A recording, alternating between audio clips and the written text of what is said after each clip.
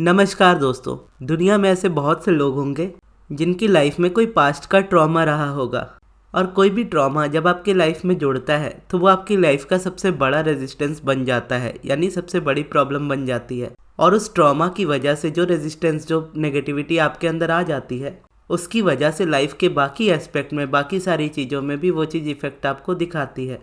Health में, career में, money में, सारी चीज़ों में वो असर डालती है। लेकिन अगर देखा जाए तो दुनिया का ऐसा कोई भी प्रॉब्लम नहीं है जिसका सॉल्यूशन ना हो, और ऐसा दुनिया का कोई ट्रॉमा भी नहीं है जिसे आप रिलीज करके बाहर ना निकल सको। और उससे बाहर निकलने के लिए जस्ट आपको सबसे पहला स्टेप जो लेना होता है वो आपको चॉइस लेनी होती है कि आपको इस चीज़ में से बाहर निकलना है। फिर बाकी उसके बाद अगर आप सही तरीके से वर्क कर रहे हो अपने ऊपर, तो वो चीज़ इजीली आप उसमें से निकल सकते हो। तो आज की वीडियो इसी टॉपिक पर है, और ये 2024 की पहली वीडियो है जो आज चैनल पर अपलोड हो रही है। और ये सिर्फ वीडियो नहीं, ये एक सक्सेस स्टोरी है जो कि मेरी ही एक सब्सक्राइबर की है। उनके लाइफ का भी ये ऐसा इशू बना था जिसकी वजह से उनको कंटिन्यू रेजिस्टेंस आ रहा था, और ऑलमोस्ट वो ट्रॉमा में थे इस चीज़ को लेकर। लेकिन फिर भी वो 1 से 2 महीने के अंदर ही उसमें से बाहर आना स्टार्ट हो गए, और बहुत अच्छे से बाहर आ गए। ये सक्सेस स्टोरी उन्हीं की है। उन्होंने अपना नाम मेंशन करने से मना किया है due to some personal reasons, लेकिन अपनी सक्सेस स्टोरी उन्होंने खुशी खुशी आप सभी के साथ शेयर की है, ताकि अगर आपकी लाइफ में भी वो प्रॉब्लम हो या उस तरह की कोई भी प्रॉब्लम हो, तो एटलीस्ट आप ये बिलीव कर पाओ कि आप भी उसमें से निकलने के लिए कैपेबल हो। ये वीडियो काफ़ी लंबी हो सकती है, तो इसके लिए आप इसे अगर पूरा ही सुनिएगा तो ही ज़्यादा बेटर होगा। तो अभी मैं उन्हीं की आवाज़ में आपको सुनाता हूँ उनकी सक्सेस स्टोरी। मॉर्निंग गगन, मैं आपके साथ अपना सक्सेस स्टोरी शेयर करना चाहती हूँ, और अगर आपको लगे तो आप इसको अपने चैनल में शेयर भी कर सकते हो। तो मेरी जो स्टोरी है वो हीलिंग से जुड़ी है। हीलिंग इसलिए जरूरी था क्योंकि मेरी शादी टूट गई थी। मेरी शादी के सिर्फ 5 महीने ही हुए थे और मेरी शादी टूट गई थी। धोखाधड़ी हुआ था मेरे साथ, जो मैं शेयर नहीं करना चाहती ज्यादा। I don't want to share the details of it, but anyone can imagine what one go through. जब इस तरीके से किसी के साथ होता है तो जो पेन है, सब कुछ कोई इमेजिन कर सकता है। और लेकिन मैंने एक चीज ठान लिया था, वो ये था कि मैं इस चीज को कंटिन्यू नहीं करना चाहती थी अपने लाइफ में। मैं अपने लाइफ में आगे बढ़ना चाहती थी, हील होना चाहती थी, मेरे लाइफ को एक नया अपॉर्चुनिटी देना चाहती थी। तो मैंने ये डिसाइड किया था कि मैं आपसे बात करूंगी, और उससे पहले ही, आपसे बात करने से पहले ही, मैंने नवंबर का जो आपका बैच है उसमें ज्वाइन किया था।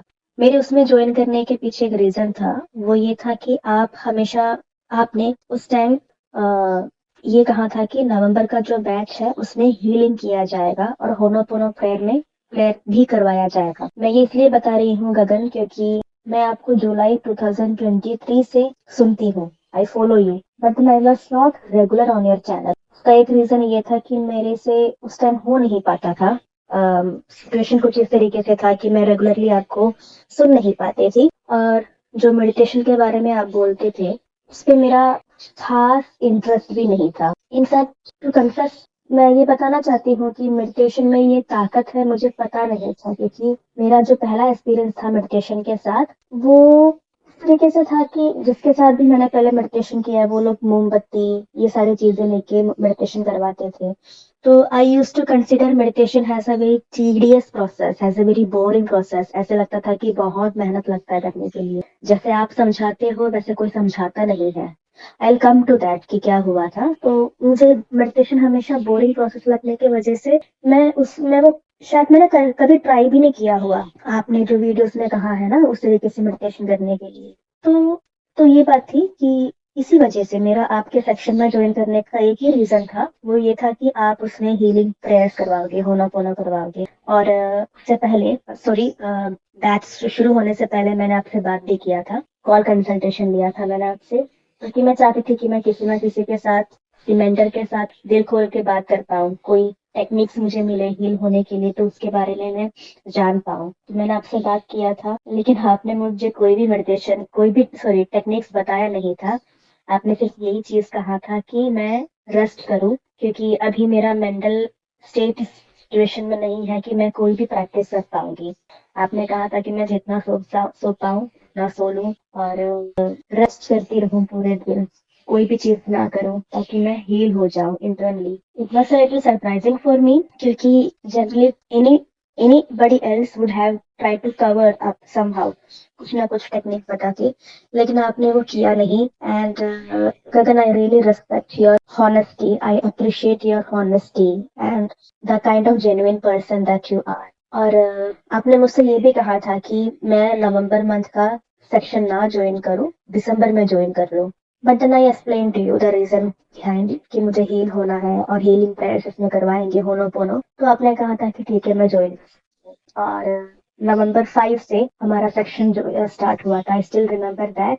And I never thought that कोई भी चीज ने पावरफुल तरीके से और पावरफुल ये इतनी इजीली हेल्प कर सकता है. मेडिटेशन की ताकत के बारे में मुझे सही में कोई अंदाजा नहीं था. एंड थैंक्स अ लॉट कि आपने उसको प्रॉपरली सिखाया. तो सेक्शन शुरू होता है 5 तारीख को. आप मेडिटेशन करवाते थे 15 मिनट, कोई मोमबत्ती, कोई भी ड्रामा, कुछ भी करे बिना.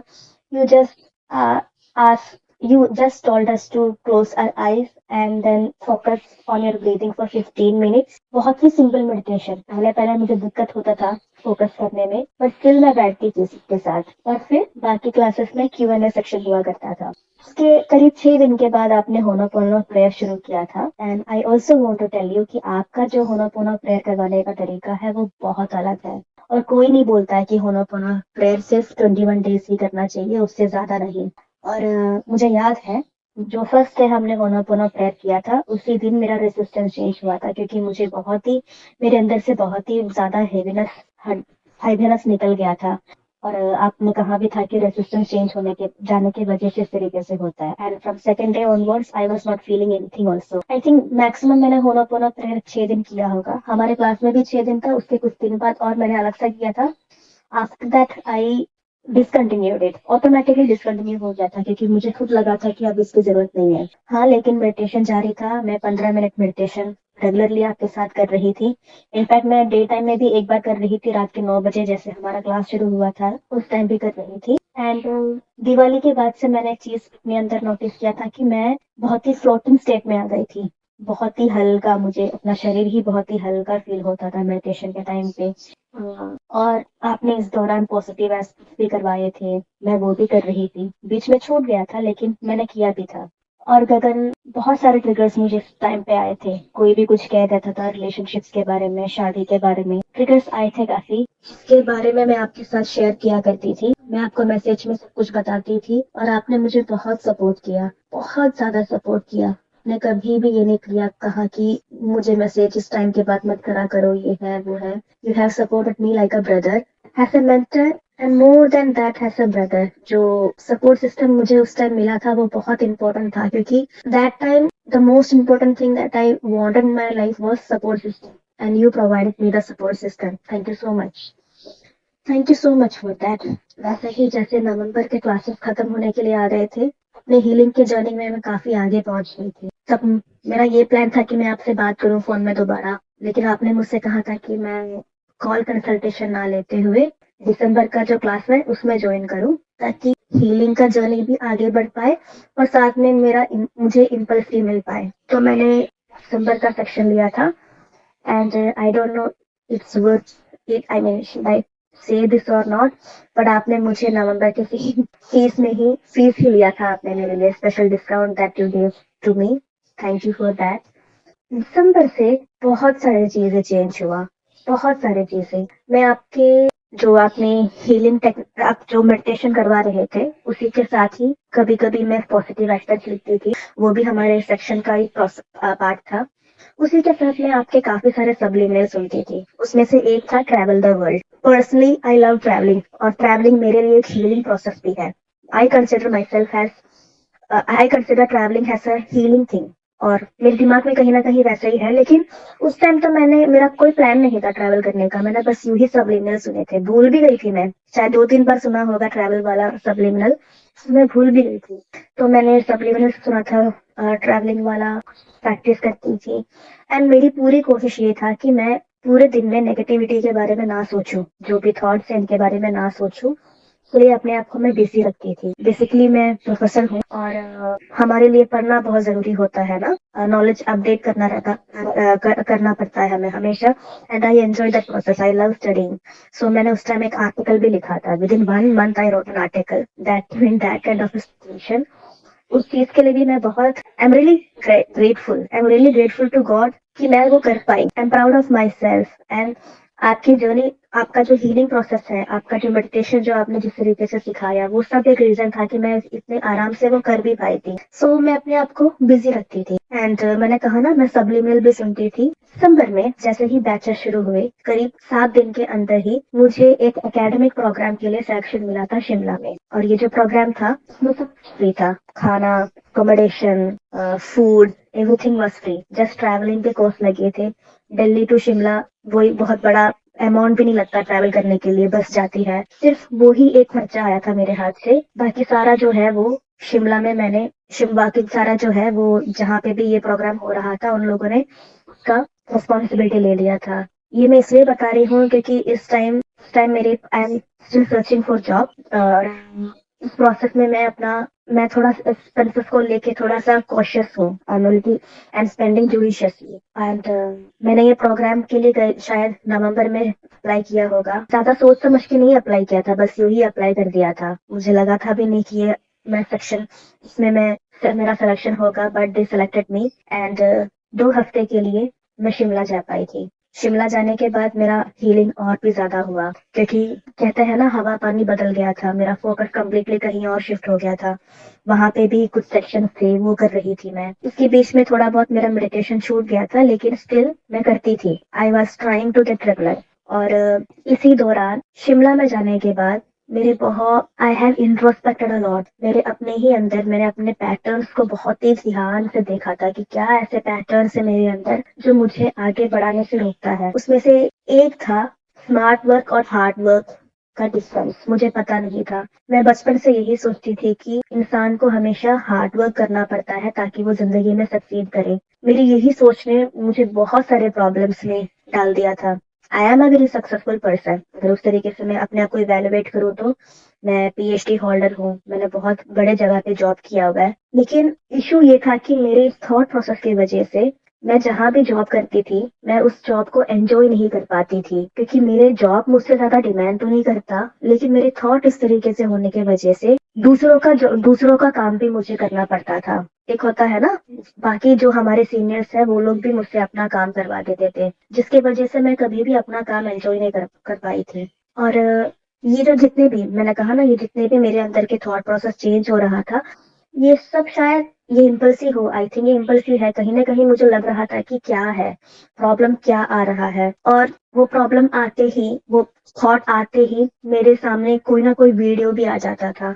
मेनली आपके ही वीडियोस आते थे, पुराने वीडियोस। ये सब पुराने वीडियोस है जहाँ पे आपने हार्ड वर्क और स्मार्ट वर्क के बीच में डिफरेंस बताया था। मैंने सर्च नहीं किया था ये वीडियोस, ये ऑटोमेटिकली नोटिफिकेशन में मेरे पास आ रहे थे। फिर मैंने देखा तो मुझे समझ में आया कि स्मार्ट वर्क और हार्ड वर्क के बीच में क्या फर्क है, मेरे साथ जो दिक्कत आ रहा है वो क्यों हो रहा है। And a big thing is that Shimla में जो एकेडमिक प्रोग्राम में मैं गई थी, वहां पे रख के मैंने स्मार्ट वर्क किया था, वहां पे मैंने हार्ड वर्क नहीं किया था।